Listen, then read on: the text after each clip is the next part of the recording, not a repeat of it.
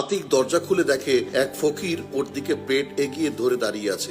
আতিকের বেশ রাগ হলো, তারপরও কি ভেবে সে একটা 1000 টাকার নোট বের করে বলল, এই নাও ভিক্ষা। 1000 টাকার নোট দেখে ফকিরের চোখ চকচক করে উঠলো। যে না ফকির টাকাটা ধরতে যাবে, তখনই আতিক টাকার নোট মাঝখানে থেকে ছিঁড়ে দিয়ে 2 টুকরো করে ফেললো। এ কি স্যার, আপনি টাকাটা ছিঁড়া ফেলাইলেন? এই অর্ধেক টাকা দিয়া আমি কি করবো? দুপুরের সময় তো এই বিল্ডিং এর লিফট বন্ধ থাকে, তাহলে 10 তলায় কিভাবে উঠলে তুমি?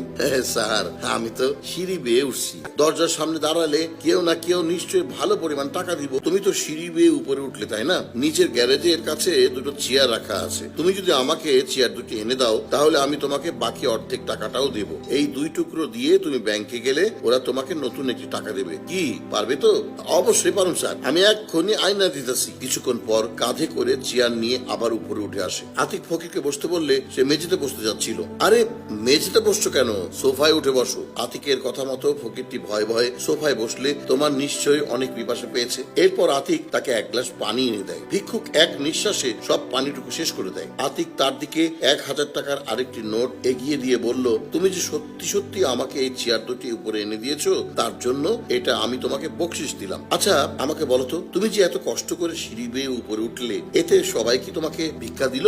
না স্যার, সবাই দেয় নাই। কেউ কেউ তো খুবই খারাপ ব্যবহার করছে। এই যে একটা কাজের বিনিময়ে তুমি টাকা পেলে, এটা বেশি সম্মানের, নাকি ভিক্ষা করতে গিয়ে মানুষের কথা সহ্য করা বেশি সম্মানের? স্যার, কাজ করে খাওয়াটা সম্মানের। আপনাকে আমি চেয়ার আয়না দিলাম, এই কাজের সম্মানে আপনি আমাকে সোফায় বসালেন, পানি খাওয়ালেন। এত সম্মান আমি জীবনও পাইনি। তাহলে এখন থেকে কাজ করে খাবে। সৎ পথে আল্লাহর উপর ভরসা করে কাজ করলে আল্লাহ নিশ্চয়ই তার উত্তম প্রতিদান দিবেন। জি স্যার, আমি এখন থেকে আর এইভাবে ভিক্ষা করব না, সৎ পথে কাজ করে খামো। এই ঘটনার কয়েক বছর পর এক হোটেলে খাবার খেয়ে আতিক বিল পরিশোধ করলো। ওয়েটার ছেলেটা বিলের ভাঙতি টাকা ফেরত দিলে আতিক দেখে সেখানে একটি অর্ধেক নোট। কি ব্যাপার, তুমি আমাকে ছেঁড়া অর্ধেক নোট কেন দিলে? আমাদের এই হোটেলের মালিক আপনাকে এটা দিতে বললো। কে তোমার মালিক? আতিক দেখলো এক ভদ্রলোক মুখে হাসি নিয়ে তার দিকে এগিয়ে আসছে। আরে, এই লোকটাকে চেনা চেনা লাগছে।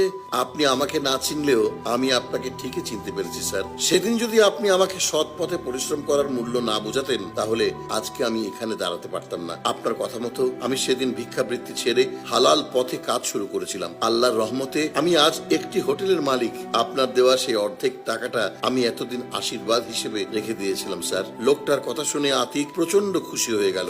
এইভাবে যদি সবাই সৎ পথে উপার্জন করে খেত, তাহলে পৃথিবীটা কতই না সুন্দর হতো। আতিক অবাক করে দিয়ে তার পকেট থেকে সে বাকি অর্ধেক নোটটি বের করে বলল, আমি জানতাম তুমি একদিন অনেক বড় হবে, তাই তো এই ছেঁড়া নোটটি সাথে নিয়ে ঘুরি। আমার বিশ্বাস ছিল একদিন না একদিন তোমার সাথে আমার দেখা হবেই।